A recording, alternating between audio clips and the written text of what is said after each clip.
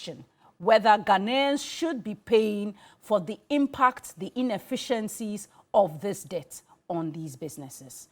There are questions about even if these increases are granted, how can we be sure that we will not continue to see government raking up more and more debt, eventually making, nonsense of all the efforts to keep these companies profitable? Those are the issues we will be discussing today with our guests. But when the news broke, we spoke to Ghanaians about whether they're willing to pay more for power. Let's hear them. We are living in difficult time. They should spare us more because it's just recently they introduced e-levy.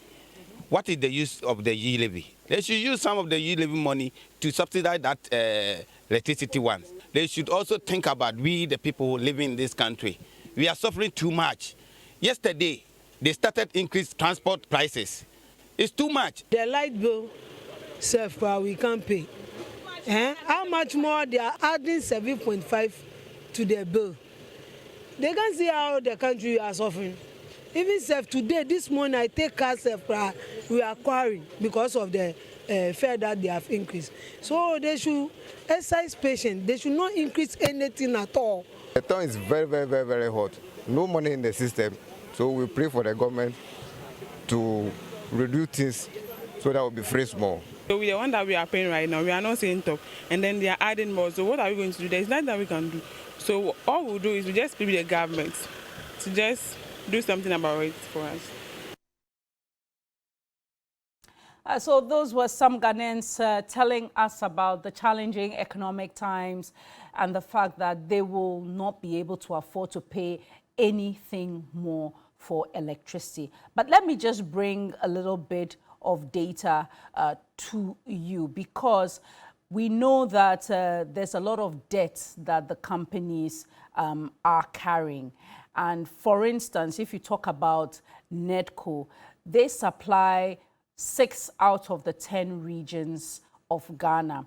And their senior staff association chairman, speaking to us on 3FM during the week, indicated that they do lose a lot of money as well for unaccounted for power or through power theft or illegal connection.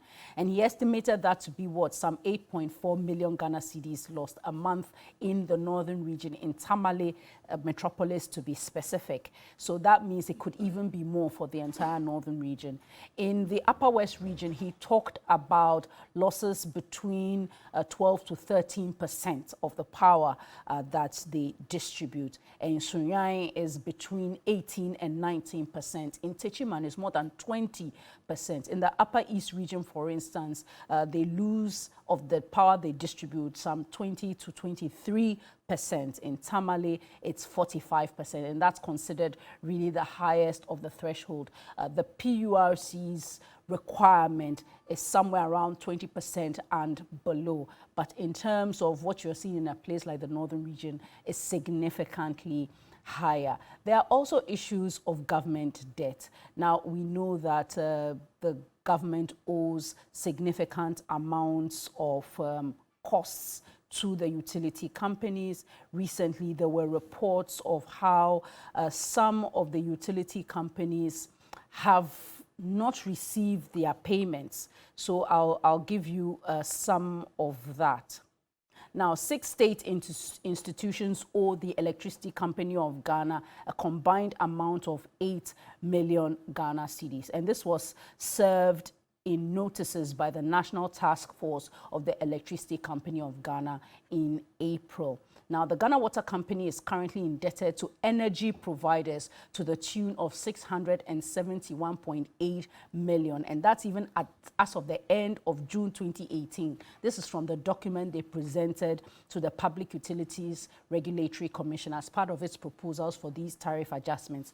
And that amount, the 671 million cedis, which it owes to energy providers, that is those who provide them energy to power their plants, to undertake the process processing of water and to pump it to each and every one of us. That amount, it's 69.2% of the Ghana Water Company's annual water revenue of 970 million. So imagine they can never make profit, talk less of break even. The Ghana Water Company gets only 12% of bills from government. So of all the government agencies, bungalows, institutions under government, only a paltry 12% of those bills are paid.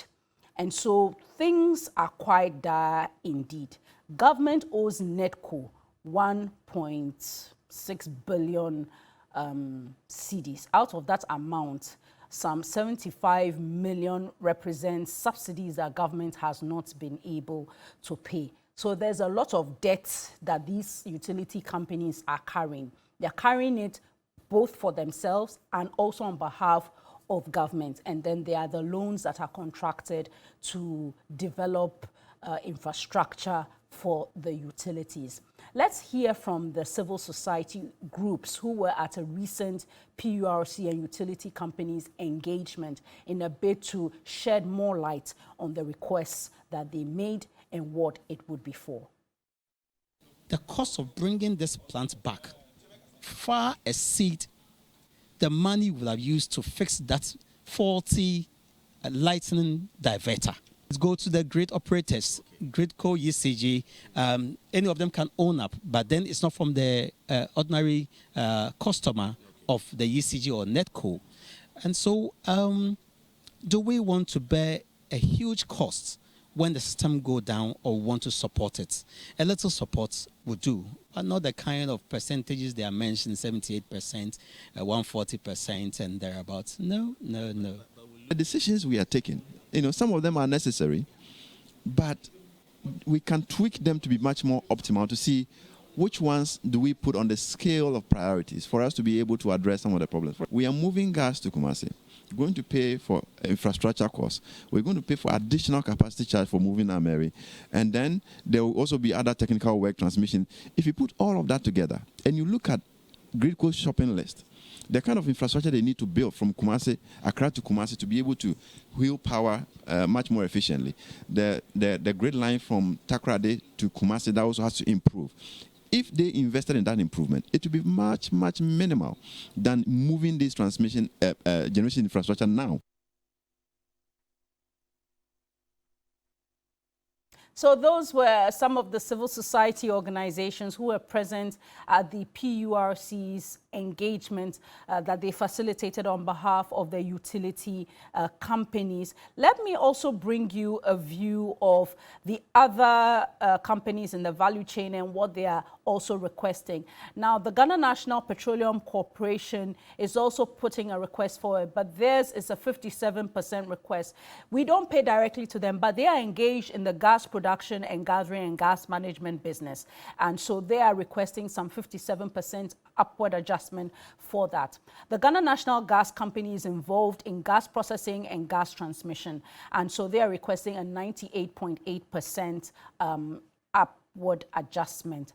Then you have the Volta River Authority as well. For them, it's weighted bulk generation tariff. And you know that they are the main power generator. They are asking for a 37% increase. Then you have the Ghana Grid Company, which transmits power to the ECG, and the ECG then distributes to each and every one of us. They are demanding a 63.9% 9% increase. Then you have the Enclave Power Company. They add value to the electricity distribution, and they are also demanding 153.35%. So that's essentially a summary of the percentage adjustments that are being demanded across the entire value chain, from power generation to transmission to distribution. Now, let's shortly we'll speak to our guests with NEDCO, with the Consumer Protection Agency, and also the PURC and the Institute for Energy Studies. And this is to get a sense of what the next steps are as these proposals are made, and whether truly Ghanaians can pay. Those are the critical issues. We take a quick commercial break. We'll be right back.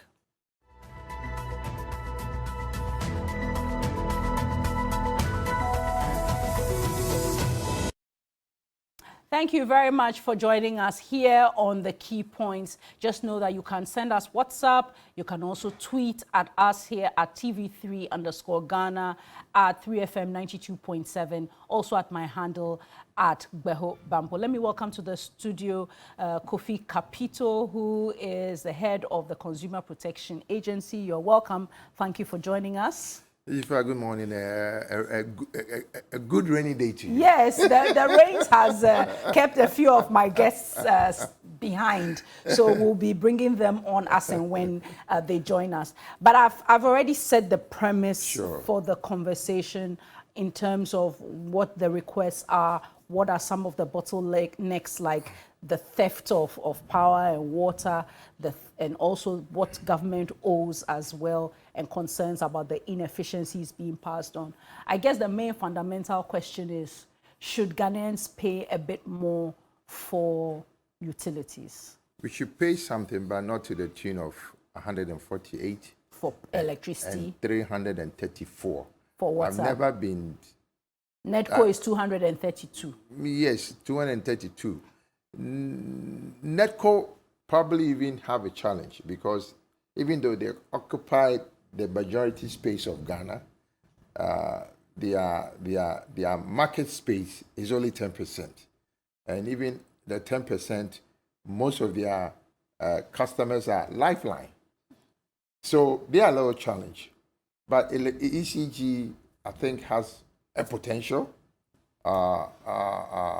They can do it if they are allowed to do it, in terms of making sure that their books looks good.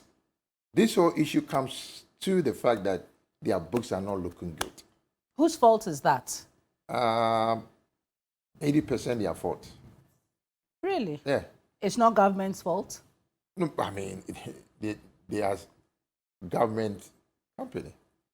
Electricity Company of Ghana. It's not Electricity Company of Ifa Bampo. So, you know, when I say it's their fault, it's the whole system. Okay. But you've been in this space for a long time. Certainly, I've seen some management and board of the Electricity Company of Ghana who've tried to be tough. The reality is that they are trying to be tough, but the main entity is government. And government doesn't seem to be paying their bills. You see, it's not. It may not be their fault. It is not their fault, but that is the reason why you don't stay in the job and condone it. In other jurisdictions, okay, or jurisdictions, they will resign and let the people know. Then we won't have any management. No, you're not getting, no. That is how it's done other places. Why do we see, read on the news, in UK, in Germany, in America, in China, in Japan, and we are like, hey. So somebody, a minister, was seen wearing a Rolex watch, and he was arrested because his salary cannot afford him to buy a Rolex watch, which is explanation of wealth. Okay, those are the kind of things that has made that people are accountable, they are responsible, they know that this is my job and I need to execute my job. Look, every time, this is a problem I have, that there is utility request to increase prices. You know what we are told? Oh, you pay. If you pay, the services will be better. We've been paying all this time, and the services somehow has improved a little bit, but not that much. I mean, still, we still have this outages that doesn't make any sense. Okay, we still have water not being distributed to us on a regular basis. Water is rationing. If you are lucky, you might get water through your pipes once or twice a week. So what is the justification that, or what, they haven't convinced me And I'm sure a whole lot of Ghanaians that their services are up to par. So this, you see, something is called value for money. If I'm paying for something, I should have value. But you're asking me to pay 148. They might deserve some increase because of, and now everything is the price of war and the Ukraine war. Now everything, everybody's using the Ukraine. But the man who brought the Ukraine war is not even complaining about Ukraine war. You know, so we need to look at it. Yes, does ECG need some little support? Maybe so. Ghana Water, so. But a lot of the challenges was brought upon themselves. You know, they decided that they would not, they have an area called a no-go area. A no-go area is the areas that they are afraid to go and even go and read the meters, even if they are meters. A no-go area are the areas that even if they try, they claim the people will beat them up. Okay, and it's with both utilities. So the question is, how do you allow your customer to become a threat to you? It's a relationship. Your customer should pay his bill on time, and you too should supply him what he needs on time. It's as simple as that. It's not any difficult thing for us to do. All right. Let's hear from Mr. Maxwell Kotoka. He's the Corporate Communications Manager for NEDCO. Good morning, Mr. Kotoka. Can you hear us? Good morning, Jipa. I can hear you very loud and clear. All right. Sorry, the rain has kind of disrupted our plans for Zoom, so we have to speak with you on the phone. So, Mr. Capito pointed to a unique challenge for NEDCO, which is a lot of your customers are lifeline. Are you able to give us a percentage of how many customers of yours fall within the lifeline category? Thank you very much for the opportunity. As for the rain and what it has done to us, I guess that is part of life. So we take it in our stride. Good morning to you. Good morning to Capito and the other guests. Yes, we have genuine concerns, some of which we have touched on. Customer profile, and let me whatever I say with this. We cover about 64% of the landmass of Ghana, NEDCO. However, our customer population is not corresponding relative to what our elder brothers do in GCG. So we have a customer population of about 84.96%, falling in the residential category. 84.96, that's about 85%.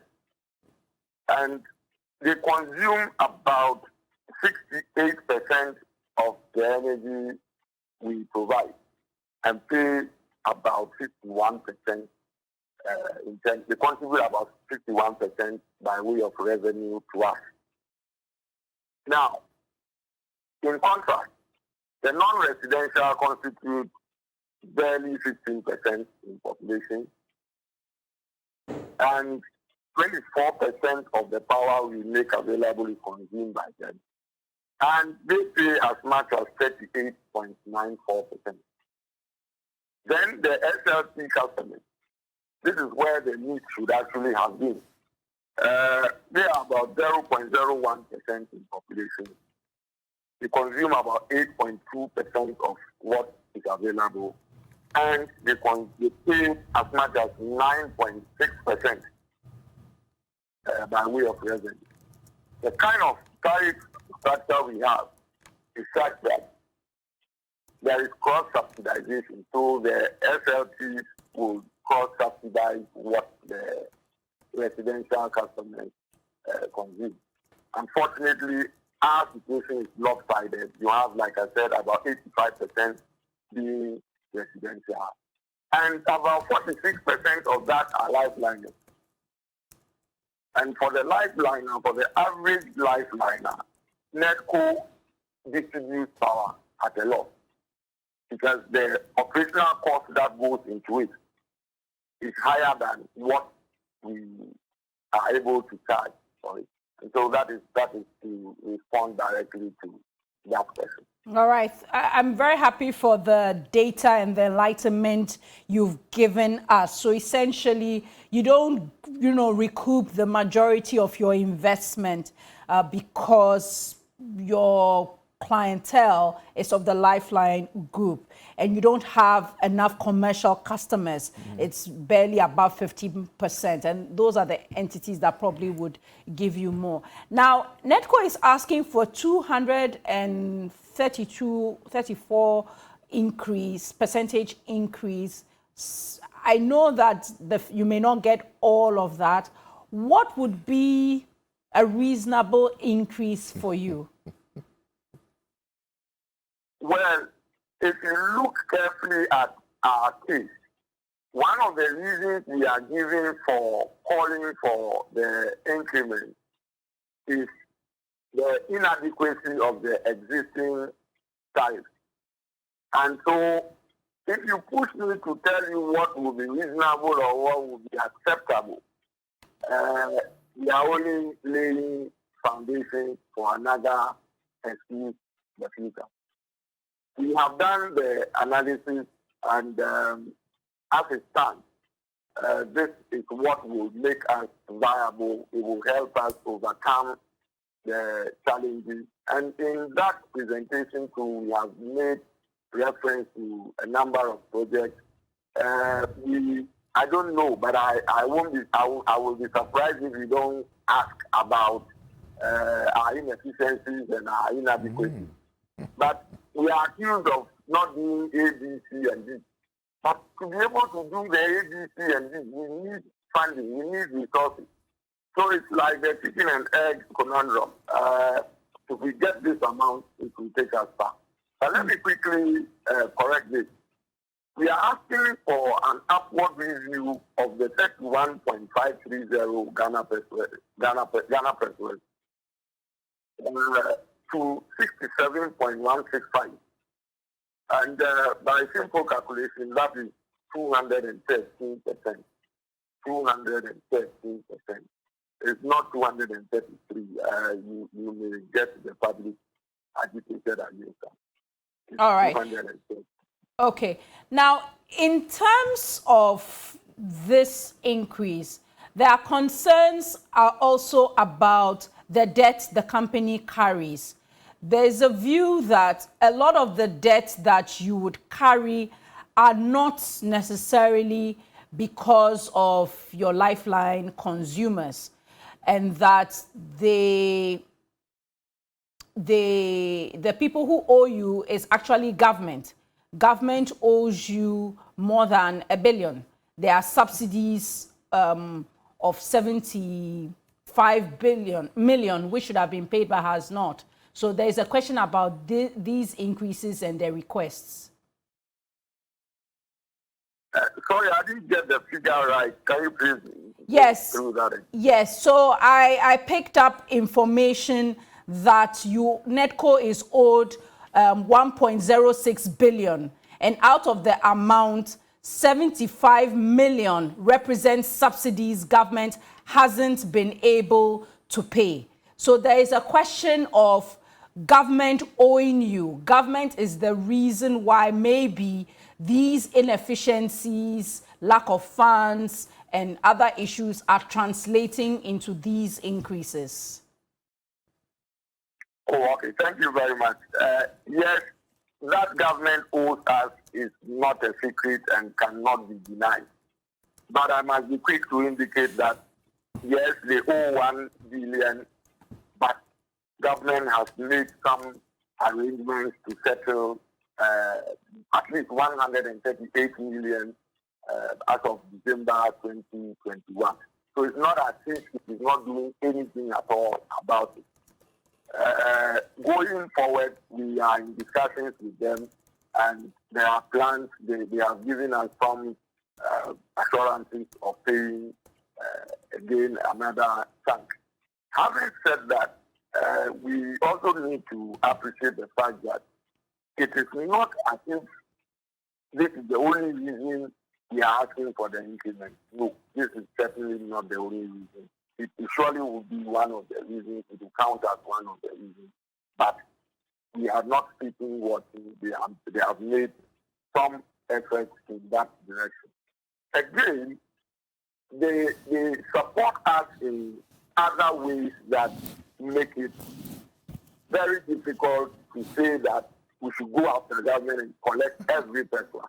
Because by the structure of what we do, electricity, yes, it's business. We must approach you with a business mindset. But there's a social aspect of it.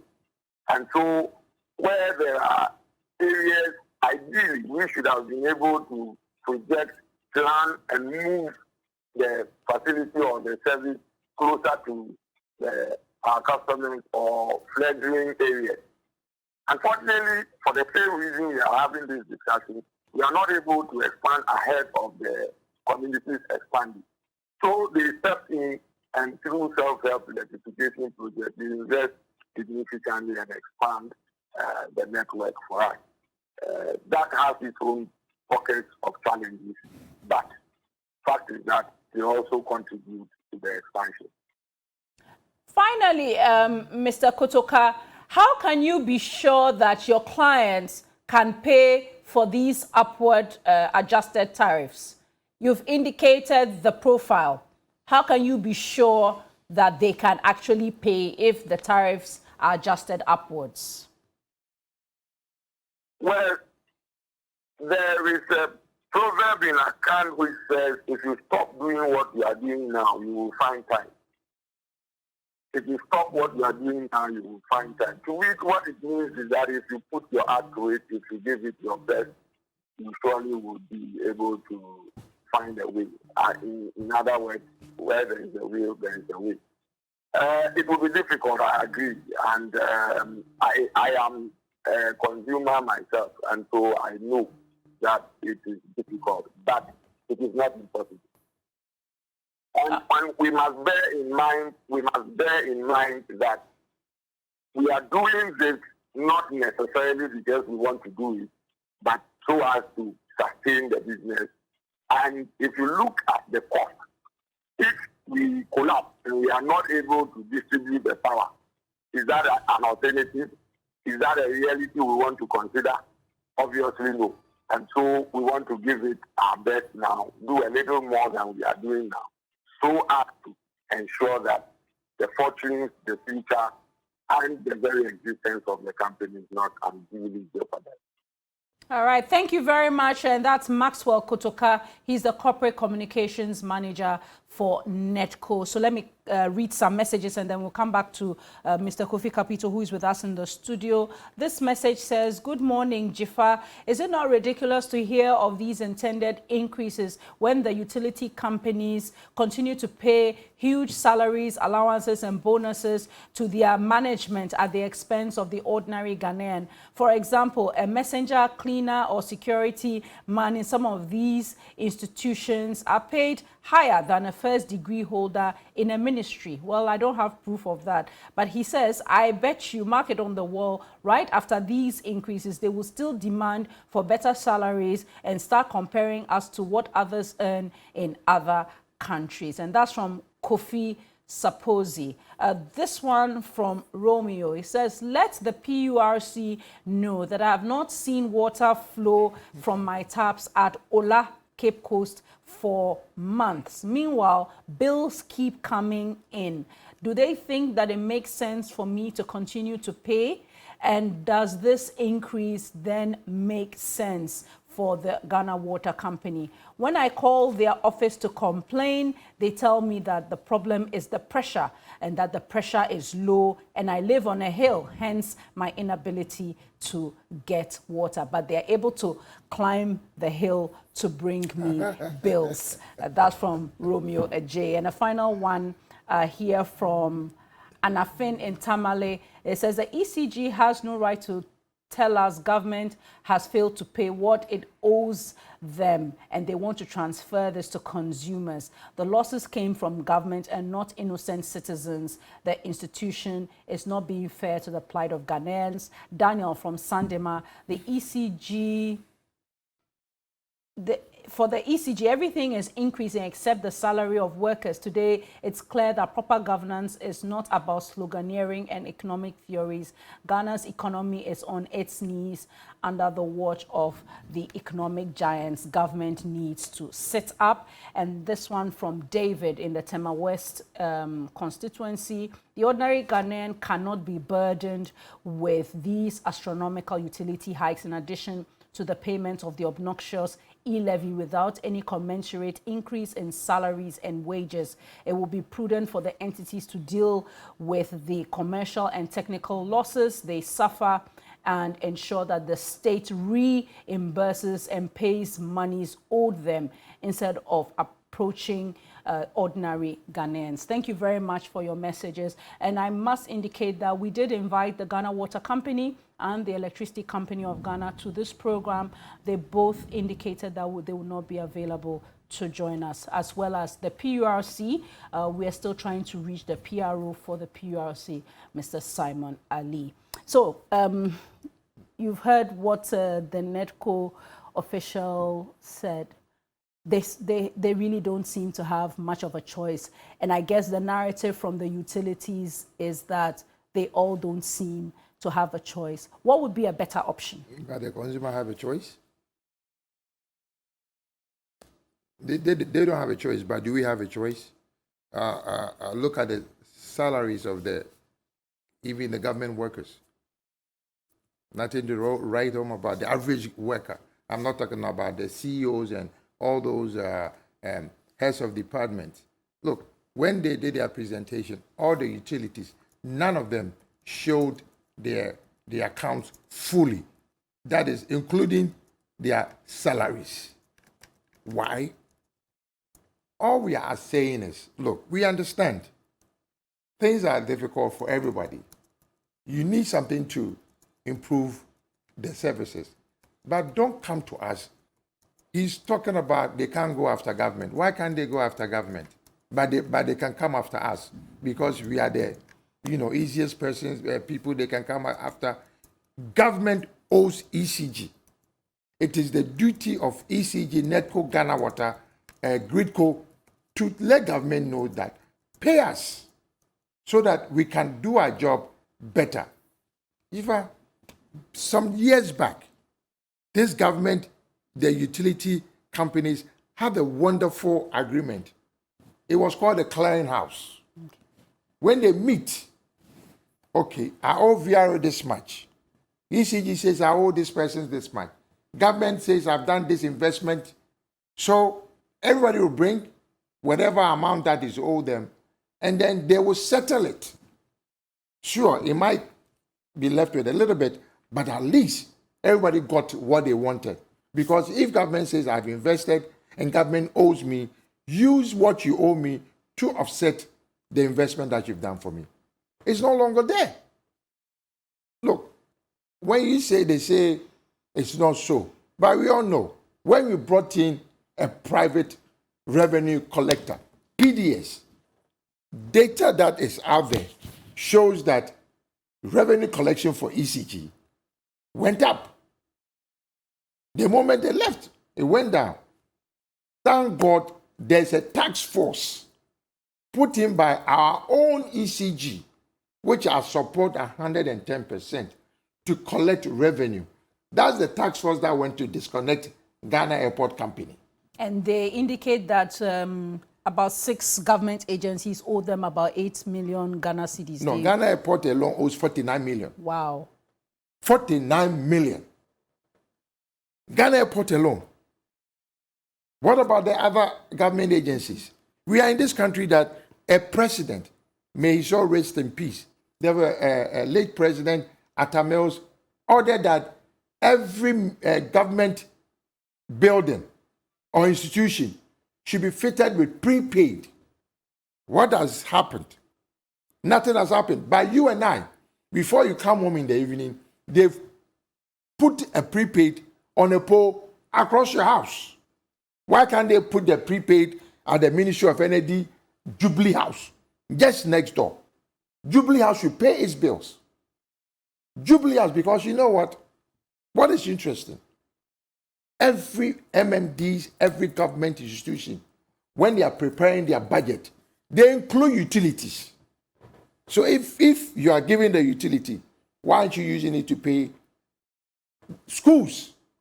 Go to any police barracks in Ghana. Go to any military place in Ghana. Look at what is going on there. Deep freezers all over the place making ice blocks. Who is paying for that electricity? Who is paying? Not that I'm against what the police wives are doing or the military wives are doing, but if you use it, you should pay. Just like when I use it, I pay. You know, the inefficiencies are plenty. A day like this, yeah, it's raining, and so what? You shouldn't have a power outage. In other jurisdictions, I live in some other country for over 20 years. Do you know my light went off just twice in 20 years? 20 years. This month alone, my light has gone out 10 times in my area. So there's too many inefficiencies. You see, the challenges are across board. Yes, you are crying. I'm also crying. Salaries are not that high that I should be able to afford this increase. Look, they talk about illegal connections. Yes, I was coming to that because I have some numbers, and this was coincidentally from Netco. Sure. I missed out on asking him a question about that. When we spoke to the senior staff chairman, he indicated that 8.4 million Ghana cedis is lost or unaccounted for due to power theft or illegal connections. In Tamale, that comes to some 45% loss. It's not just because of power theft. You think there's so? something called technical and commercial losses. The technical and commercial losses is within ECG. So it's within them. Let me tell you what. Okay, so let me just give the other figures. I gave it earlier, but for those who may have just joined us, he said Upper East, they lose between 20 to 23%. For Sunyai, they lose between 18 to 19%. Techiman, more than 20%. Upper West, 12 to 13%. Sure. So if in the regions, this is what it is, can you imagine what Accra is? I don't have the figure for Accra. They are one of their major cause or problem. It's what they call the commercial and technical losses. Okay. When VRA and all the IPPs, independent power, okay, gives power to Gridco. Gridco gives power to VRA, Netco, all those, okay, ECG, and if Gridco supplies 1 million cedis worth of power, ECG receives 1 million cedis of power. But ECG cannot account for 1 million cedis worth of power. The technical ones, maybe transmission lines and all these things would affect. But the commercial is when it is sometimes illegal connection. Sometimes even they cannot even collect the revenue. Because there are threats on the lives of the staff. Okay, if there are threats, I'm glad that you We saw that in northern region, in Tamale. No, even here. And even in the Somanya somebody was on a pole. Somebody was on a pole. They went and yanked the ladder so that he couldn't even come down. What I'm saying is, you see, sometimes I ask myself, are we really, really looking at things from the serious point of views? These are companies losing lots of money because of some irresponsible Ghanaians doing illegal stuff. We are in this country. Private banks, not Ghana Commercial Bank, not Bank of Ghana, decides not to buy bullion vans, decides to use pickups and go and rent police officers, rent a cab, and then unfortunately, a police officer or some police officers lose their life. Did you see the panic that came? Do you know what is going on now? We have on our streets, and it's another danger that if you are not lucky, something happens, we will come back and cry foul. With machine guns following a pickup to go and pick somebody's. Okay, but I'm trying to paint a picture here. So if ECG, if Ghana Water, if all these agencies, which is Ghanaian, not private, says when we go to collect money, the same way the bullion vans are going to pick money, we are beating, we are threatened. Why can't we redirect the military and say support them for some time? Or the police? Or no, the police. I mean, the police. Why can't the police still be allowed to do what they are doing? That they've brought in military men. You see, me. I think outside the box. I'm not in the box anymore. I'm outside the box. So if we can do this for private banks who refuse because they were ordered to pay or buy bullion vans. We don't know if they refuse. Oh, because I'm just saying. Wait, yeah. But I'm just saying we don't know they refuse. Because to buy a bullion van, I think there are certain requirements one must follow. A bullion van is a bullion van. So you have to order it. They are custom made. You know, sometimes you need a special permit. That's not their core business. Let me ask you a question. There are lots of things. You know, I've been told, I don't know how to, that some bullion vans, some private individuals brought them to sell to the banks. And because of some reason, they are still being kept at the harbor. Okay, well, I'll have to find a way to check that. No, I'm just telling you. Yeah. I mean, what I'm saying is, what are we doing this to ourselves? Okay. Look, Montra, is it Montrac or Montra? Montra. Yeah. He has some bullion vans, not a lot. If for nothing, he has displayed or shown that he's licensed, he's doing the right thing. So let's allow him to bring them to these banks. Okay, so I'll come back to you because we have Maxwell Kotoka back because I wanted to ask him about the illegal connections and the losses. Thanks very much, Mr. Kotoka, for making some time to come back to us here on the key points. So how much have you been doing to address the issue of illegal connection and losses? And I'm saying this bearing in mind what happened not too long ago in Tamale over illegal connections. And I remember that the management took a firm stand not to provide electricity until, payments were made and a compromise was eventually reached.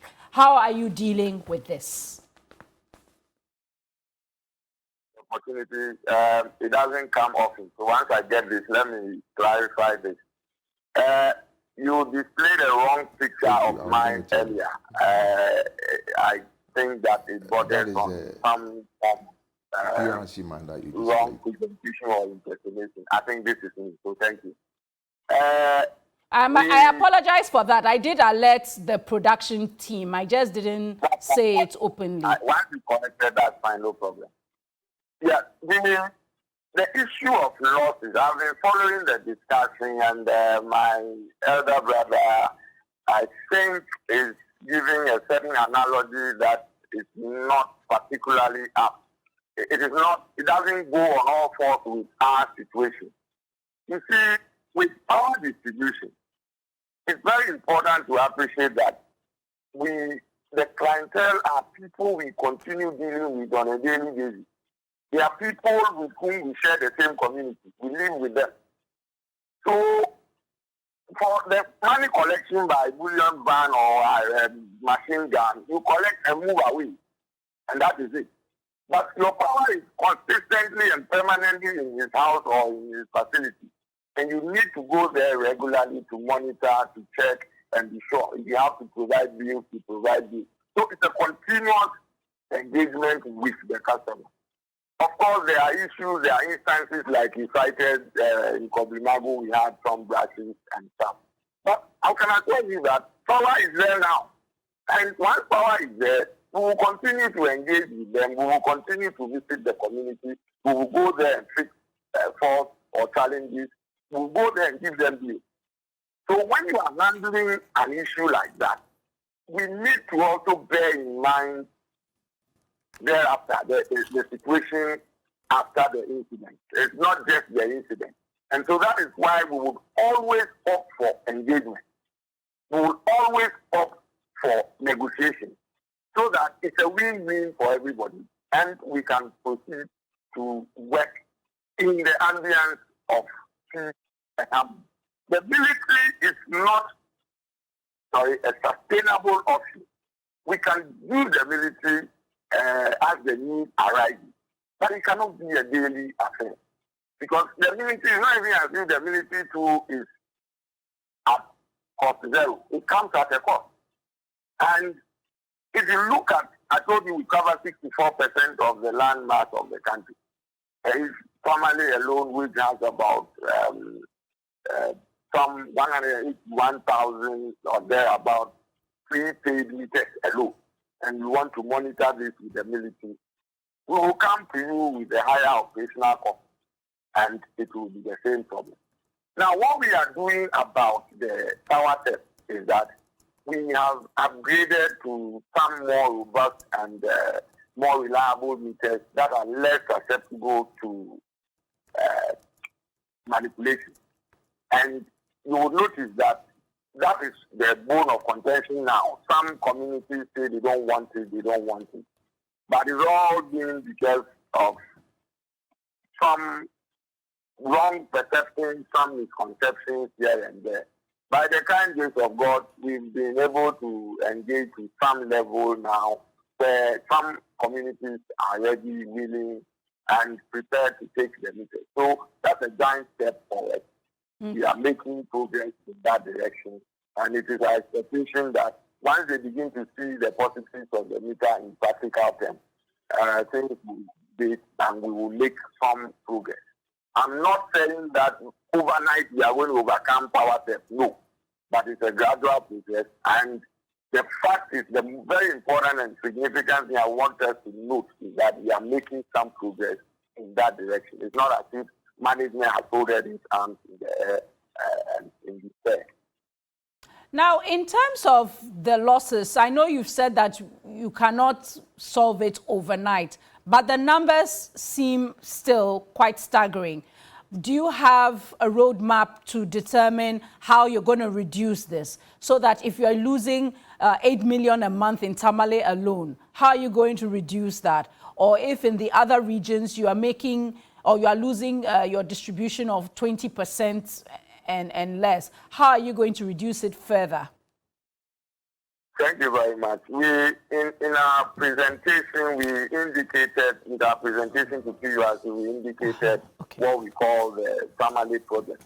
Because, if you have a serious ailment, you apply serious medication. So we are treating Tamale as a special case. I heard you mention the figures, the loss figures for all the operational areas. And it goes without saying that Tamale is the most critical for now. And so naturally, that is where our biggest focus is for now.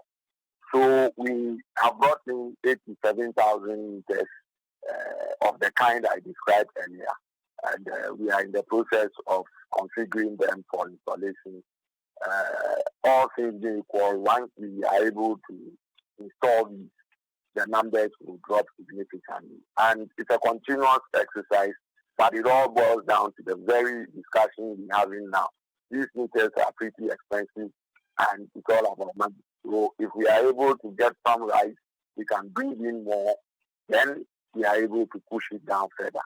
Like I said earlier, it's the egg and chicken conundrum. If we continue to complain that there are losses, we'll go and fix the losses before you come and ask for increment. We will need money to fix the loss. So, Mr. Kotoka, now tell us a bit about the technical and commercial losses. What's the percentage that you lose, and what's the comparison to international best practice? Thank you very much. The the technical losses are only measured by simulation. We are not able to give the actual because these are things that happen in real time on the line. So we can only get some simulation from it. So the figures we have, those you mentioned, I think I can confirm for the commercial. The non-commercial or the technical losses, the simulation will range between 3 and in some cases up to 10%. The reason is that, again, you see, we operate in a very wide span with the average distance being about 7 kilometers per customer. And the longer the lines, the more the technical losses. So that will explain why we will not be able to meet the industry average. But then the commercial losses, PURC gives us a maximum of 22. But from the figures, we are doing quite well in about 4 of the areas. It's only one of the operational areas that is the problem. And that is why we are treating that as a specialty, isolating it and dealing with it as a canker that is likely to eat into the whole fabric of the organization, if not just. All right. Thank you very much, Mr. Kotokai, and sincere apologies for the earlier picture of Dr. Ishmael Aka, who is the PRC's executive secretary. I did indicate that to the production team on the back end, but sincere apologies again. Let me read some text messages and we'll take a quick break. This one from Aziz in Wa. Upward adjustment in tariffs is totally unacceptable, unfair and unbearable. How can the government increase utilities while salaries remain untouched? What government is this? This one from Swale in Tamale. The upward adjustment proposal from the utilities is too much. Times are hard, not just for institutions alone, but for Ghanaians in general, who are also going through difficult times. The ECG should try and get back all the debts that government owes them and the state institutions in order to expand. If ECG is up and doing, they can use their IGF to invest. We are tired of these unnecessary increments. This one says one of the reasons why customers pay more is their installation is not tested and certified by the Energy Commission representatives, especially their earthing system. So I think what he's suggesting is that we need to use more energy efficient equipment and also check our earthing for our wiring to ensure that we are efficient with our electricity or power use. This one from Stephen Akrachi West. Ghanaians simply cannot pay any more for utilities. And Stephen from Kwabenya writes, they should go and collect the e-levy, which they told us was going to solve our problems. Otherwise, we'll soon be on the streets to demonstrate over this present hardship. Those were some of your messages. Thank you very much. We take a quick break. We'll be right back. Thank you for staying with us on The Key Points. So I've just got another message, which I think is something to talk about. This one says, Jifa, good morning. The acquisition of meters in Tamale can take over 2 years. This also accounts for the increasing rate of illegal connections. Why does one have to wait over a year or two before they get an electricity meter? Have you received this complaint, Kofi? Plenty. Okay. Plenty. And then, if you remember, not too long ago, we were asked to pay. The ECG people said their internal, it's not to do with the upward increase from PURC. This was their own management decision that their materials, like poles. Okay, so like if you want them to collect power to your home. Your home. The requirements for that. So a meter, the pole, the insulation. Everything that they do. The transmitter, yes. Whatever connection. We were there, we were here that they came up with an upward increment, which was more than 100%. If you want a pole. The man was talking about how far it is for the poles because it's about 7 kilometers. Do you know per their own thing, even ECG, if you go in a new area and I want to connect, it depends on how many poles it will connect to my house. That is how much they will charge me. People have paid, they are asking people to pay for meter. Meters are not available. You go to the ECG places that you want, they tell you bring the lease of your house, your site plan and everything. So you meet the standard, you pay for the meter. Meter is not there. I mean, this is something that you are selling.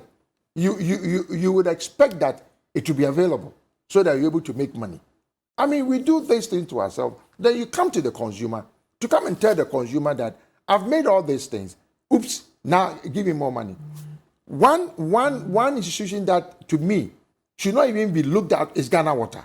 Like I said earlier, God in his own wisdom said, or we said, water is life. Okay, that is what everybody says, water is life. But is there water coming to your house? Not that there's no water. Not where I live. Not that there's no water in Ghana. We have plenty of water. You sit for some individuals to go and do galamsey, okay, and make a mess. But they have no control over the mining sector. Listen. You work at TV3 or what's your media general, right? Yes. Okay. So if somebody sets something across the street, let's say he's doing something with fire, that can burn your station. What do? Don't you report that person to the authorities? Why do you have to sit for the person to let the fire come across and come and destroy your mast?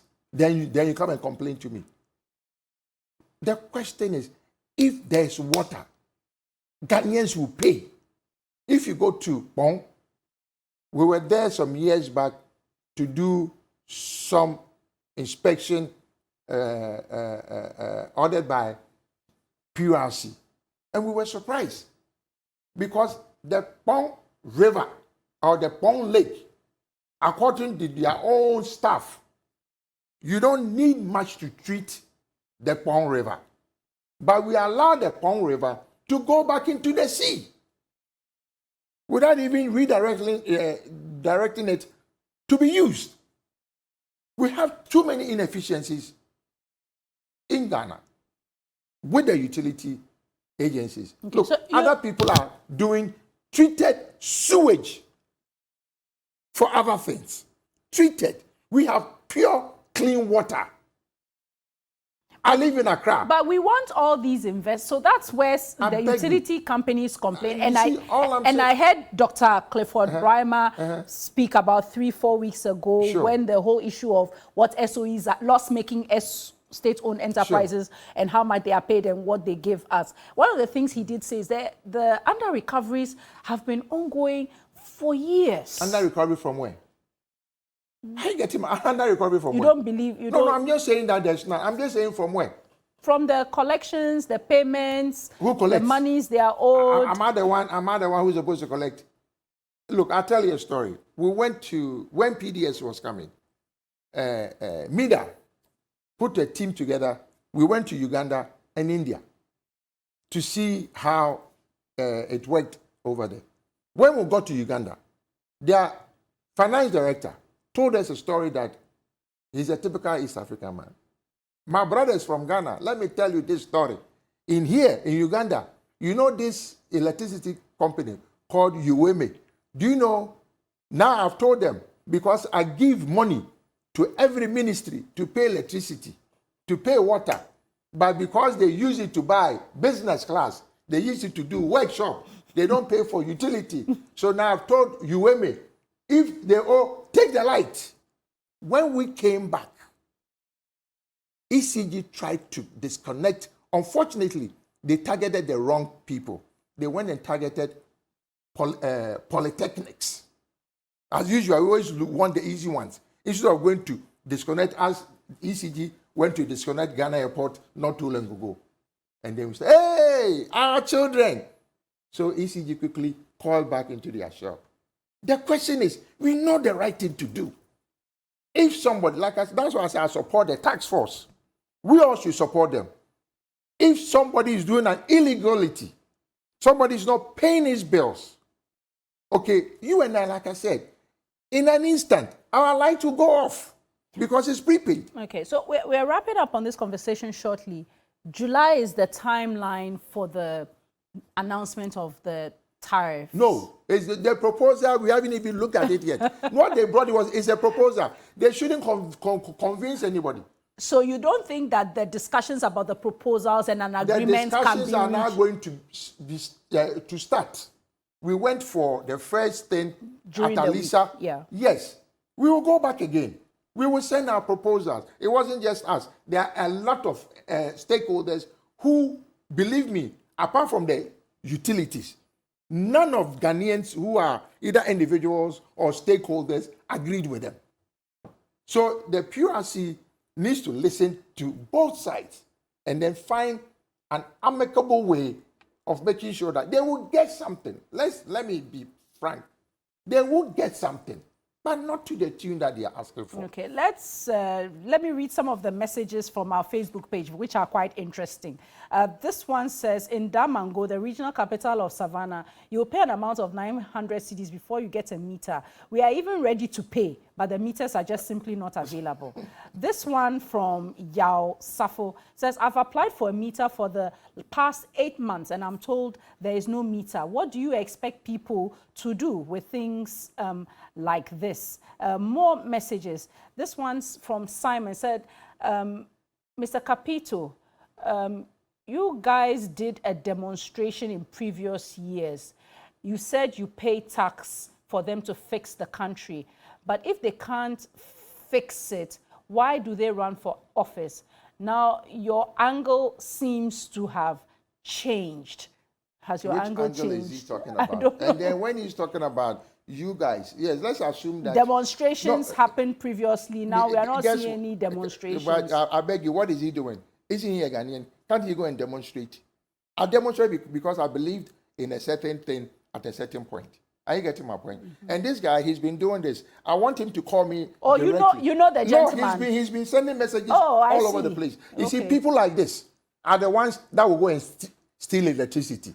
Because you know what? Instead of them trying to understand the plight of the Ghanaian, what they think about is party. It's party. It's about Ghana. And all we are saying is, yes, I mean, what am I doing here? Aren't I speaking? I'm using the same thing I'm doing. I should go and hit the street before he sees what I'm doing. I am tired. I'm 63 years old. I can't walk the streets of Accra anymore. Maybe he's a younger person. I will give him the advice for him to start a demonstration. You know, it is very, very interesting when people always sit in their houses and look. Yes, I am a Ghanaian. I have the right to vote. I have the right to belong to any party that I want.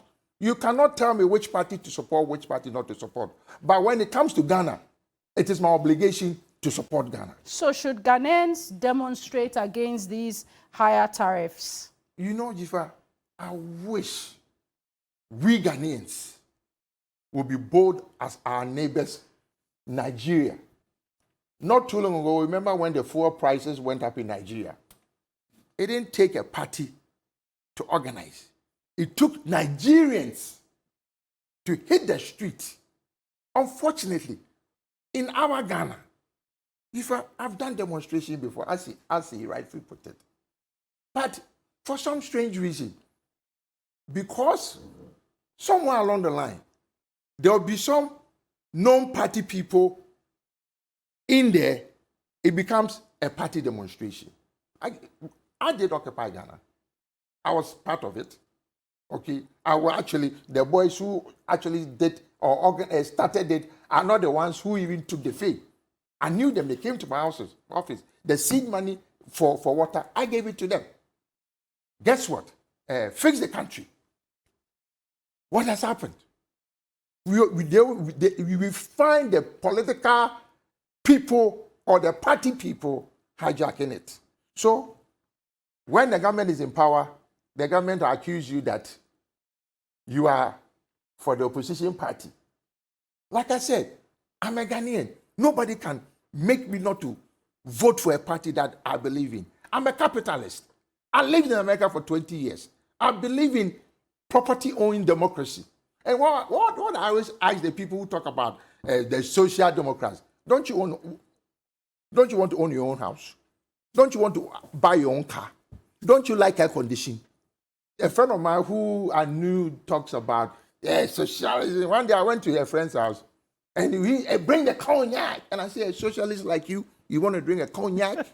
All right, so let me read some more messages before we wrap up. This one from Ali Dodu. He says, Jifa, I wish you were here in Navrongo to see what we go through in the hands of NEDCO. Not a single day passes and our lights go off, and it's intolerable. As if it's a ritual. The moment clouds gather, then just prepare for light off. The service is so poor. One wonders if the workers have the technical know-how to do what they do. So that's also another complaint coming from, up north there. So thank you very much for all of your messages, much appreciated. Thanks to Maxwell Kotoka, who is the Corporate Communications Manager for NEDCO, for joining us. Many thanks to Kofi Kapito, Head of the Consumer Protection Agency, for joining us as well. I'm sure you'll still continue the conversations